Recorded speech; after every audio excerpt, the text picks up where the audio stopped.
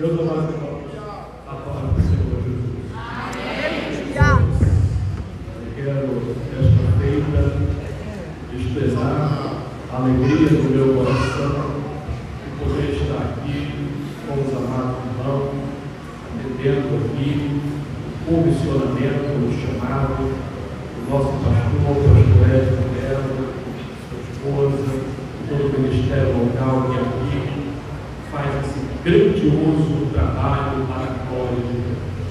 Quero dizer a satisfação de chegar aqui pela primeira vez e encontrar uma igreja tão alegre, uma igreja tão avivada, uma igreja tão cheia do Espírito Santo, que pode se ver a graça derramada, o Espírito derramado e na comunhão dos amados irmãos aqui nesta noite. Louvado seja Deus. Meus irmãos, para ganharmos tempo, eu quero convidá-los a todos a abrir a sua Bíblia no Evangelho segundo escreveu João, no capítulo de número 4. Vamos ler a partir do versículo de número 23. Irmãos, a minha voz é bem baixinha. Vocês estão me ouvindo bem? Amém. Se não puder aumentar mais um pouquinho, sem nada de microfonia. João capítulo 4, versículo de número 23, diz assim a palavra de Deus: mas a hora vem, e agora é, em que os verdadeiros adoradores ou adorarão em espírito e em verdade, porque o Pai procura a paz que assim o adorem. Deus é Espírito, Ele importa que os que o adorem em Espírito e em verdade. Quantos podem dizer amém? Amém. Glória a Deus. Meus amados irmãos, nós queremos nesta noite, rapidamente, mas acredito que é o Espírito Santo de Deus que se move em nosso meio, amém? Se o Espírito de Deus não nos capacitar nesta noite, se o Espírito de Deus não nos encher nesta noite, talvez eu possa falar um pouco discurso aqui, pastor, e enchê-los de boas informações teológicas e até caprichar no oratória e satisfazer o desejo dos irmãos de ouvir talvez uma boa oratória, mas se o Espírito de Deus não encontrar lugar no meu e no teu coração, não adiantará nada. Mas a minha oração e a tua oração desta noite é a mesma que a oração que a igreja de Atos fazia, enquanto os apóstolos pregavam a palavra, enquanto os apóstolos, por intermédio e na unção do Espírito Santo, pregavam a palavra, o Espírito de Deus operava com eles, manifestando sinais, manifestando maravilhas, manifestando cura divina. E a minha oração é essa: que à medida que nós vamos servindo a Deus e dispensando a sua palavra, o Espírito de Deus começará a operar sinais e maravilhas no meio desta igreja. Quantos acreditam nisso também? Amém. Abra o seu coração, abra o seu espírito, abra a sua alma, abra o seu corpo para receber a cura de Deus, para receber a restauração de Deus, para receber o poder de Deus em forma de milagres, de cura, de restauração, de batismo com o Espírito Santo, porque Ele está aqui nesta noite. Amém? Quantos vieram aqui nesta noite para adorar ao Senhor?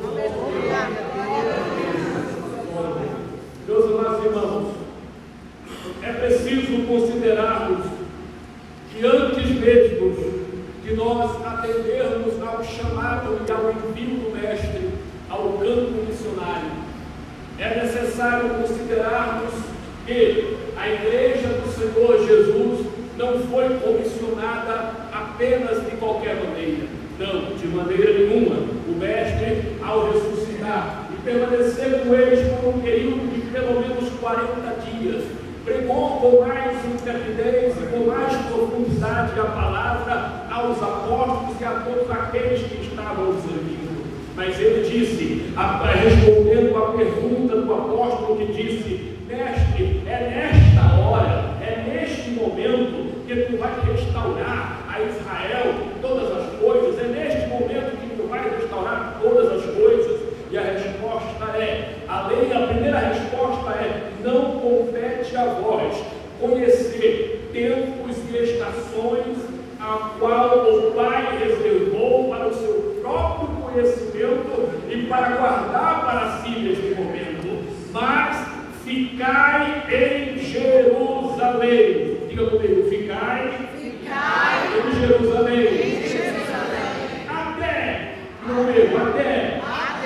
Até que do alto sejam revestidos do poder do Espírito Santo de Deus, que eu enviarei poucos dias depois. Amém? Meu Deus, amados irmãos, a primeira coisa antes de sairmos e nos prepararmos para o grande ide da saída, para alcançarmos as almas, aqui no quartel-general, aqui no cenáculo de Deus, onde está reunido o povo de Deus, a igreja de Deus, devemos ficar aqui até que a nossa adoração seja uma adoração tão profunda, que possamos ter uma comunhão com Ele a cada dia, a cada momento e a cada instante, e que a cada passo estratégico, na estratégia que Deus dará ao pastor Ezra, na estratégia que Deus dará à liderança local de missões, na estratégia que Deus dará aos grupos aqui representados, porque não se engane, Deus não chamou você que canta somente para cantar, Deus não chamou você que toca apenas para tocar, Deus não chamou você que é diácono apenas para ser diácono, Deus não chamou você que é presbítero apenas para ser presbítero, Deus não chamou você que é evangelista e ainda pior ainda, para ser somente evangelista ou deveria ser um evangelista. Deus não chamou você para ser pastor somente para ser pastor. Deus nos chamou para atendermos o ide, a comissão pela qual Ele disse: ide por todo o mundo e pregai o meu evangelho a toda a criatura, e aquele que crê será salvo, e quem não crê, por condenação já estará. É assim decidido. Meus amados irmãos, há uma estratégia do Espírito de Deus para Munhoz. Aqui é Munhoz Júnior? Munhoz Júnior aqui, né? É Munhoz. O bairro é Munhoz. Munhoz. Há uma estratégia de Deus para o Munhoz Júnior. Amém? O Espírito de Deus entrega em vossas mãos nesta noite uma grande estratégia para uma grande colheita de almas. Aleluia. Quantos creem nisso? Diga amém. O Senhor está entregando a este local, a esta igreja, ao anjo desta igreja, aqueles que estão com Ele. Levante sua mão para receber essa bênção. Uma estratégia de grande colheitas de almas para a glória do Senhor Jesus. Quantos creem? Diga amém. Eu vou orar aqui nesta noite, porque a minha oração vai ser: Senhor, enquanto o povo do Jardim Munhoz estiver pregando, enquanto eles estiverem cantando, enquanto eles estiverem em obediência, em amor, em união, em unidade, estiverem pregando a palavra, coopera com eles, Senhor, coopera com eles, Senhor, curando os enfermos, batizando o povo com o Espírito Santo, manifestando sinais miraculosos e maravilhas, para que o Munhoz se renda aos pés do Senhor Jesus. Aleluia. Hoje Deus entregou uma estratégia de evangelismo e de colheita de almas para esta casa, no nome do Senhor Jesus. Se eu acabasse aqui agora, já teria cumprido aquilo que Deus me trouxe para fazer aqui nesta noite. Eu voltarei aqui, pastor Ezra Melo, para ver, e contemplarei com estes olhos que, se a terra não comer, virá o rei. Se a terra não comer antes, esses olhos que verá o rei face a face, porque ele nos mostrará o Pai. Eu voltarei aqui grande colheita de almas e as grandes histórias de testemunhos, de curas e milagres e sinais e prodígios, porque uma igreja que se debruça para pregar o Evangelho, é assim que Deus opera poderosamente. Aleluia. Meus amados irmãos, glória a Deus. Dito isto, e voltando ao cerne da questão, ficarmos em Jerusalém para receber essa estratégia até que, esse até que nesta noite que eu quero falar com os irmãos, é até que a nossa adoração esteja perfeita diante do Pai. E quando eu falo de perfeita, não estou falando de perfeição ao pé da letra, mas de maturidade cristã diante aos pés do Pai. E eu queria comentar rapidamente com os irmãos nesta noite as estratégias do mundo para te levar a uma adoração inútil. Meus amados irmãos, prestem bem atenção. Do mesmo jeito que Deus vem aqui nesta noite e entrega uma estratégia de evangelismo, de colheita de almas, o diabo já tem uma estratégia para anular a sua adoração. Porque ele sabe que se ele anular a sua adoração, nenhuma estratégia será estabelecida ou será obedecida dentro do seio da igreja. E eu quero falar para os amados irmãos nesta noite rapidamente sobre 4 tentativas sutis do mundo de anular o nosso culto. 4 tentativas muito sutis do mundo de anular o efeito da nossa adoração, de colocar a nossa adoração numa situação em que Jesus chamou de uma adoração inútil. Deus nunca quis, meus amados irmãos, um mero ritual. Deus nunca quis de nós uma mera liturgia, repetindo canções de boca para fora. Deus espera que tenhamos um alinhamento completo de tudo aquilo que a gente fala e de tudo aquilo que a gente sente em relação a Ele. É uma relação dele comigo e eu com Ele, dele comigo e eu com Ele. E essa relação exige a totalidade do nosso corpo, da nossa alma e do nosso espírito. Aonde estão aqueles que vieram adorar em espírito e verdade? Aleluia, aleluia, aleluia. E eu quero nos levar para meditar nesta noite em Êxodo, no capítulo de número 8, com a seguinte pergunta: por que Deus mandou o povo sair do Egito? Por que Deus mandou o povo sair do Egito? Primeiro, é porque Deus queria um povo separado. Amém? Em Êxodo, no capítulo 19, versículo 5, em Êxodo, no capítulo 34, nos versículos 15 e no versículo 26, diz assim a palavra de Deus: não façam aliança com os moradores da terra, e não escolham mulheres para seus filhos no meio das filhas deles, e se prostituam com os seus deuses.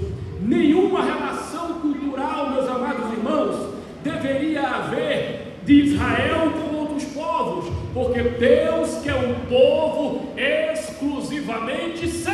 Amém? O Egito, meus amados irmãos, o Egito é uma figura do mundo. O Egito é uma figura do ambiente de pecado onde estivemos outrora escravizados. E quando Deus opera a redenção e nos leva à adoração, Ele está dizendo para cada um de nós: vocês têm que sair de lá do Egito. Vocês têm que sair de lá, porque a adoração não é para escravo, a adoração é para livres. Quantos podem dizer amém? Você entendeu? Então repita comigo: a adoração não é para escravos. Não é para escravos. Glória a Deus. Glória a Deus. Adoração é para livres. É para livres. Onde estão os libertos pelo sangue de Jesus. Em Gálatas, no capítulo número 1 e no versículo 4, a palavra do Senhor diz que Jesus entregou-se a si mesmo para nos desarraigar deste mundo perverso. A obra da redenção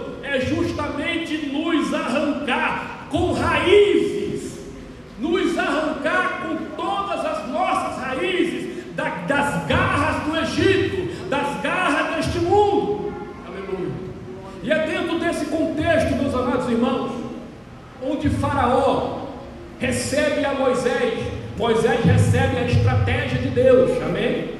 Moisés recebe o ide de Deus. Moisés, ide, vai até a Faraó e diz para ele que ele deixa o meu povo ir para adorar no deserto.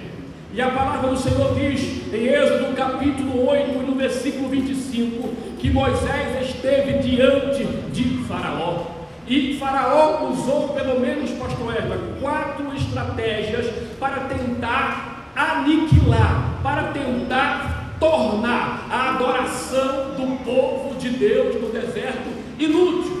Tentou fazer 4 estratégias para tentar anular a adoração do povo de Israel lá no deserto, porque Faraó sabia que se aquele povo conseguisse adorar no deserto o Deus de Israel, todas aquelas promessas que Deus havia feito para eles seriam cumpridas, o poder de Deus seria manifestado e ele seria aniquilado. Mas medite comigo nesta noite 4 estratégias do mundo, 4 estratégias baseadas aqui na figura do Faraó, que ele usa para tentar anular a minha e a tua adoração. A primeira estratégia de Faraó falar para Moisés está em Êxodo, capítulo número 8, versículo de número 25.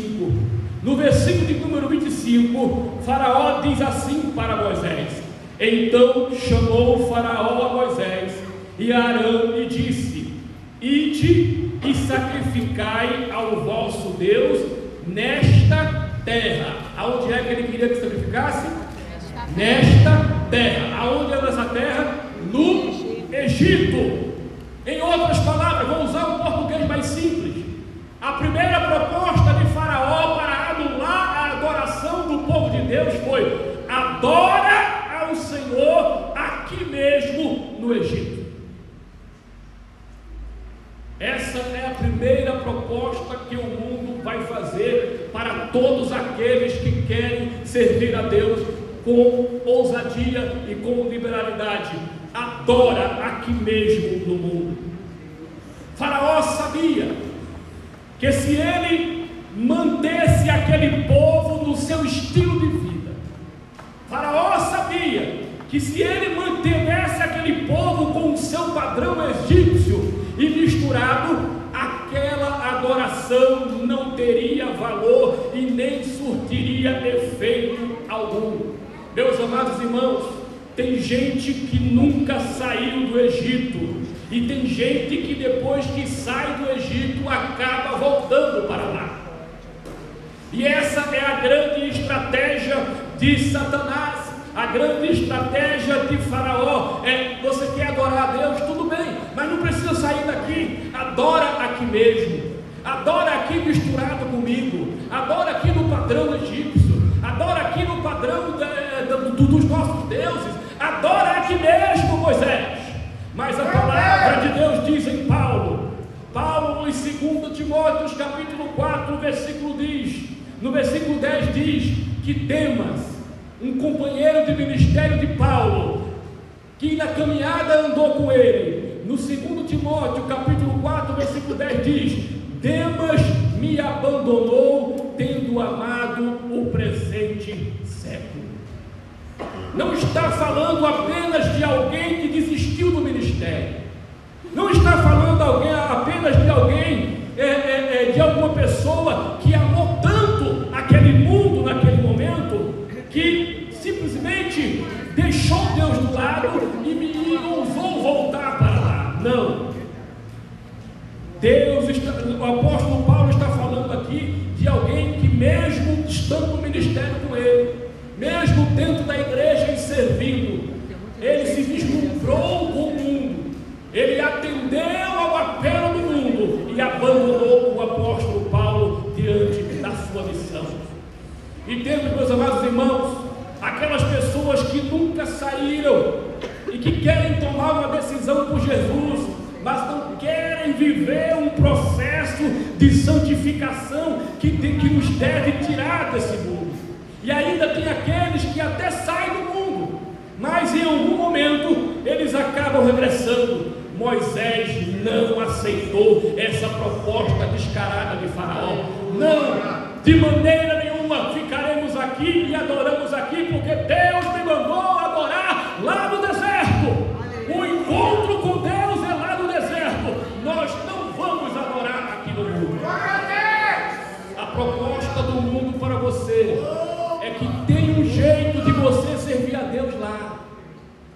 A proposta que o mundo quer fazer para nós todo dia é que tem um jeitinho, é que tem uma maneira de você ser crente aqui, do jeito que é, do jeito que a gente está. A gente não precisa brigar, a gente não precisa se diferenciar. Fica aqui, adora o teu Deus aqui mesmo. Mas a resposta de Moisés e a resposta desta igreja nesta noite foi: de maneira nenhuma adoraremos neste lugar, porque Deus nos tirou deste lugar para ir para a sua presença e adorar no deserto. Aleluia. Glória a Deus. A segunda estratégia do mundo para tentar anular a nossa adoração está tipificada também na segunda estratégia de Faraó para com Moisés. Em Êxodo, no capítulo de número 8, no versículo de número 28, diz assim: então disse Faraó: deixai-vos-ei ir, para que sacrifiqueis ao Senhor vosso Deus no deserto. Somente que indo, não vades longe, e orai também por mim. Em outras palavras, vou usar um português mais simples. Faraó está dizendo assim para Moisés: olha, não precisa você ficar aqui, tá bom? Não vamos brigar por causa disso. Você não quer ficar aqui no Egito? Tudo bem, mas não vá muito longe. Fica por perto. Não vá muito longe não, Moisés. Faraó está dizendo: vocês podem até sair para adorar, desde que a gente não perca o vínculo, desde que a gente não se separe totalmente. Essa é uma estratégia do mundo para tentar aniquilar a nossa adoração. Olha, tudo bem, você agora é crente, mas não se afasta muito não. Continua vindo aqui. Vamos continuar saindo junto. Vamos continuar frequentando esse e aquele lugar junto. Vamos continuar fazendo isso e aquilo junto. Para que a gente vai? Não vai muito longe não. Nós amamos você. Aleluia. Esta proposta ainda mexe na área da adoração, mas ela é mais sutil, porque ela diz assim: saia do mundo, mas não saia totalmente. Fique por perto, mantenha contato, não vamos romper de forma completa. Mas nesta noite, estão aqui aqueles que, como Moisés, estão aqui para dizer a Rafael: nós não queremos nenhum tipo de comunhão contigo. Nós não queremos nenhum tipo de amizade contigo, porque a amizade do mundo é inimizade de Deus, e a comunhão com o mundo é a falta de comunhão para com Deus. Aleluia. Em Tiago, no capítulo 1 e no versículo 27, diz assim: a religião pura e sem mácula para com o nosso Deus e Pai é esta, que visitemos os órfãos e as viúvas nas suas necessidades e nos guarde incontaminado com o mundo. Então, se eu quero ser religioso, ou se você se acha religioso, lembre-se, a religião pura é essa: diante de Deus o Pai, que visitemos as órfãs e as viúvas nas suas necessidades e nos guardemos incontaminados do mundo. Quantos podem dizer amém? Amém. O relacionamento com o mundo é incompatível com aqueles que adoram a Deus. Em 1 de João, capítulo 2, no versículo 15 ao 17, a palavra de Deus vai nos dizer: não amem o mundo, nem as coisas que no mundo há. Se alguém amar o mundo, o amor do Pai não está nele, porque tudo o que há no mundo, o desejo da carne, a cobiça dos olhos, a soberba da vida, não procede do Pai, mas procede do mundo. O mundo passa, e com ele os seus desejos, mas aquele que faz a vontade de Deus permanece para sempre. Aleluia, glória a Deus. Aleluia, glória a Deus. John Wesley, um dos grandes homens que Deus usou ainda alguns séculos atrás para pregar o Evangelho, disse que a conversão era tira o cristão do mundo. Quando eu me converto, eu saio do mundo, mas é a santificação que tira o mundo de dentro de mim. A conversão nos tira do mundo, mas é a santificação que tira o mundo de dentro de nós. Porque todos nós já sabemos ou ouvimos falar que difícil não é tirar o povo do Egito. Difícil é tirar o Egito do meio do povo.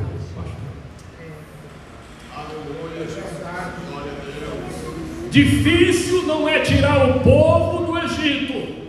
Difícil é tirar o Egito do meio do povo. Em Atos, no capítulo 7, versículo 39, Estevão, em sua pregação diante dos judeus que iriam apedrejá-lo, fala que essa geração, no seu coração, voltou para o Egito. Aleluia.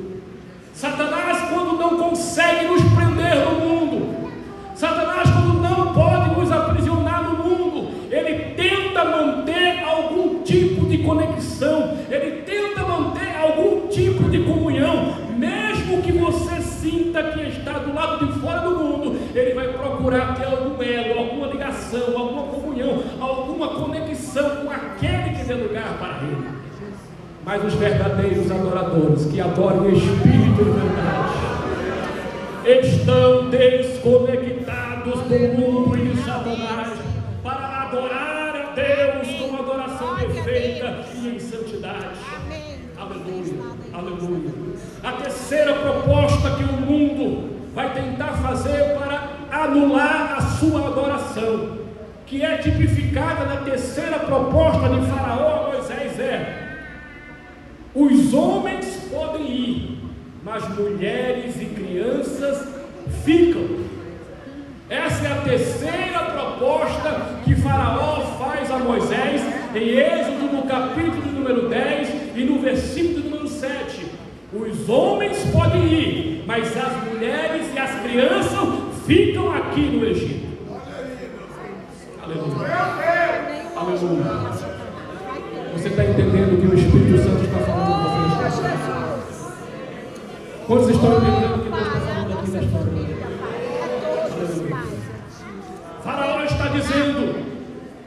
Faraó está dizendo assim para Moisés: eu não me importo de brigar por causa da sua consagração pessoal. Ele está dizendo para Moisés: não vamos brigar por causa dessa questão de adoração do seu Deus e consagração pessoal, desde que eu consiga impedir vocês de adorar em família. Terceira grande estratégia de Deus para adorar a minha e a tua, para anular a minha e a tua adoração, é impedir que eu e você adore ao Senhor em família. E ele fala para Moisés: olha, vocês podem ir, leva todos os homens, mas as mulheres e as crianças ficam aqui. Meus amados irmãos, a nossa vida familiar não pode ser separada da nossa fé. Posso ouvir um amém? Amém. A nossa vida familiar não pode ser separada da nossa fé. Em 1 Timóteo, capítulo 5, e versículo de número 8, diz assim a palavra de Deus: se alguém não cuida dos seus, especialmente os da própria casa, negou a fé. Vou repetir: se alguém não cuida dos seus, especialmente os da própria casa, negou a fé, e é pior do que o incrédulo. Diga misericórdia. Misericórdia. Pedro diz: maridos, fraco, para que as vossas orações não sejam impedidas. Satanás sabe que a nossa vida de fé não pode estar separada da nossa vida de comunhão com a nossa família. Aleluia, aleluia, aleluia. É certo que o diabo não quer que cultuemos enquanto indivíduos perante o Senhor. É certo que Deus não quer que eu particularmente adore a Deus, mas parece que Satanás tem um verdadeiro desespero quando a ideia é que nós adoremos em família perante o Senhor. Satanás tem um verdadeiro desespero na alma dele, se é que aquele Cristo tem alma. Que quando nós nos reunimos para adorarmos ao Senhor em família, o Senhor se levanta do seu trono para ouvir a oração e abençoar a sua igreja. Aleluia, aleluia. Salvação é individual, mas o plano e o projeto de Deus é para toda a família. Aleluia. Foi Deus que prometeu a Abraão: em ti serão benditas todas as famílias da terra. Aleluia. Para Noé ele disse: eu quero oferecer salvação não somente a você, Noé, mas eu quero que você e toda a sua família entre na arca e seja salvo. O mesmo ele disse para Ló: quero que saia você e a sua família de Sodoma e de Gomorra. Foi a mesma mensagem para Cornélio, foi a mesma mensagem para o carcereiro de Filipe. Não é só para a pessoa, mas é para toda a sua casa, é para toda a sua família. Quantos estão adorando em família aqui? Glória a Deus, aleluia. Deus está em busca de gente que diga como Josué: eu e a minha casa serviremos ao Senhor. Para a glória de Deus. E eu termino aqui uma quarta e última estratégia do mundo para tentar anular a minha e a tua adoração, que é tipificada na quarta proposta de Faraó para Moisés, quando este, obedecendo o ide de Deus, pede a Faraó que deixe o povo sair para adorar. E a última proposta de Faraó foi: os rebanhos ficam. Êxodo capítulo número 10, versículo número 24, diz assim, Êxodo 10 e 24: então Faraó chamou a Moisés e disse: ide, servi ao Senhor, somente fiquem vossas ovelhas e vossas vacas, vão também convosco as vossas crianças. Ele tentou primeiro fazer com que o povo adorasse ali mesmo, na terra, no Egito. Adora aqui mesmo, serve aqui mesmo. Segundo, o que é que ele propôs? Ele propôs que, olha, não precisa você adorar aqui, tá bom, não vamos brigar por isso, mas não vá muito longe, fica por perto, vamos manter uma comunhão, você e o mundo e eu. A terceira proposta, apenas recapitulando, foi: olha, já que eu não consigo fazer você adorar aqui, já que eu não consigo fazer você de alguma maneira ficar aqui e não ir muito longe, a minha terceira proposta é: os homens podem ir, mas deixa aqui as mulheres e as crianças. E agora a última proposta, meus irmãos, é: fica aqui os rebanhos. Você pode ir, mas deixa aqui as vacas, as ovelhas e os rebanhos. E quando o Faraó fala isso, Moisés parece que se indignou ainda mais diante dessa proposta. E Moisés disse para Faraó com toda a intrepidez: como iremos nós e não sacrificaríamos ao Senhor nosso Deus? Deus não está esperando que a gente apenas cante, Deus não está esperando que a gente apenas ensaie, Deus não está esperando que a gente apenas pregue. Deus está esperando sacrifícios, Deus está esperando ofertas, e nós faremos isso a Ele com os nossos bens. Aleluia! Glória a Deus! Nós faremos sacrificaremos ao Senhor lá no deserto com os nossos bens. Aleluia. Em Provérbios, capítulo de número 3, versículo de número 9 e 10, a palavra de Deus diz: honra ao Senhor com os teus bens. Por que razão Deus pede isso? É porque os bens são importantes? É porque os teus bens são importantes para Deus? É porque o teu dinheiro é importante para Deus? A resposta é não. O teu dinheiro não é importante para Deus, os teus bens não é importante para Deus. Mas, amada igreja, deixa eu falar com você nesta noite. No plano espiritual, quanto mais você se desprende daquilo que é mundano, quanto mais você se desprende daquilo que é carnal, cada vez menos você dá importância ao dinheiro. Aleluia. Vou repetir aqui. Aleluia. Aleluia. Aleluia. Glória a Deus. Glória a Deus. Meus amados irmãos. Quanto mais você se desprende daquilo que é mundano, quanto mais você se desprende daquilo que é carnal, cada vez mais ou cada vez menos você dá importância ao dinheiro. Termino aqui. O que Deus está valorizando aqui não é o dinheiro.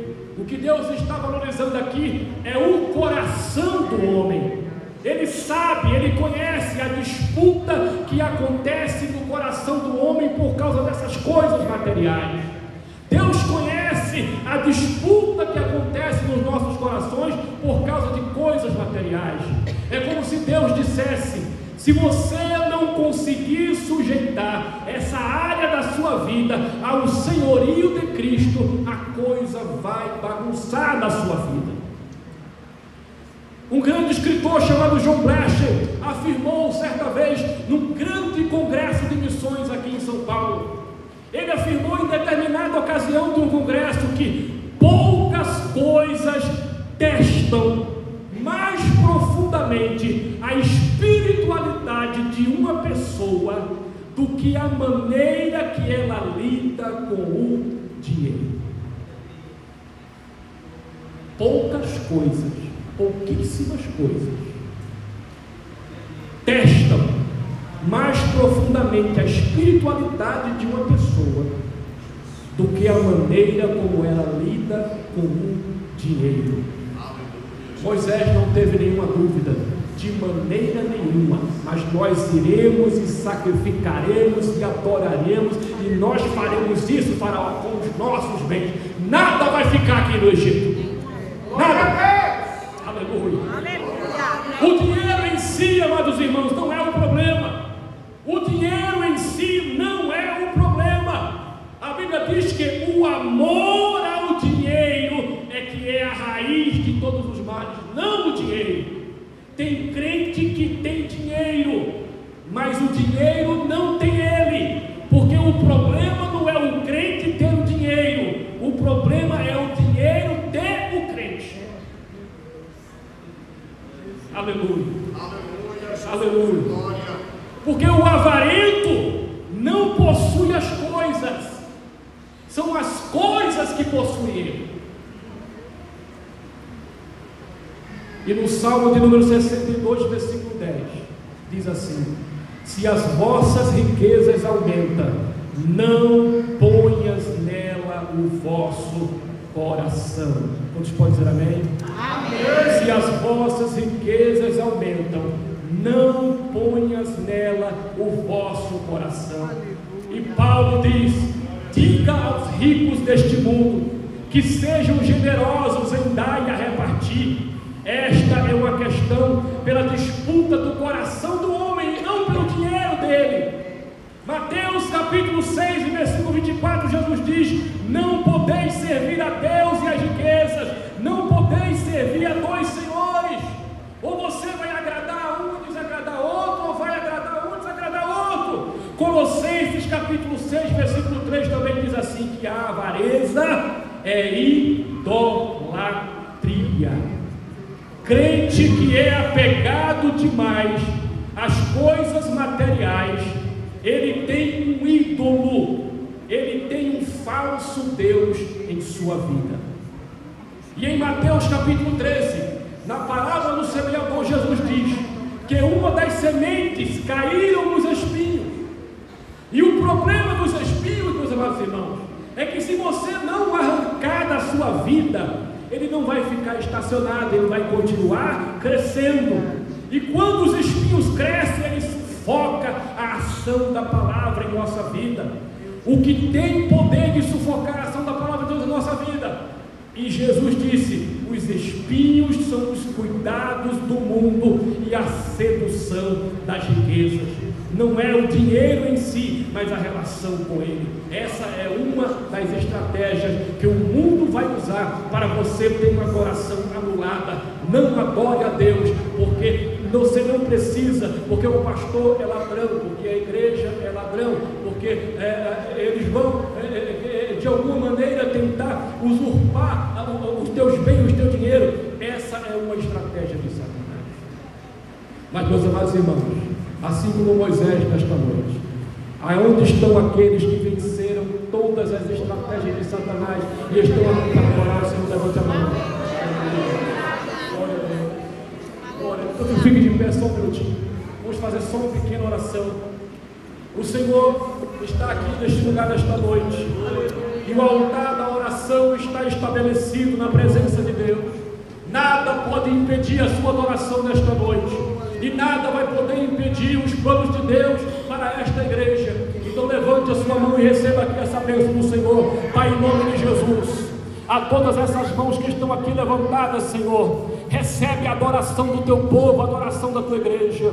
O mundo vai tentar, Senhor, anular a nossa adoração, mas nós adoraremos até que do alto sejamos revestidos do poder. E estamos aqui, Senhor, nos habilitando, e estamos aqui nos preparando, e estamos aqui nos colocando diante do teu altar para te servir nessa grande estratégia de evangelismo, para essa grande colheita de almas que tu vai dar aqui nesta noite, em nome do Senhor Jesus.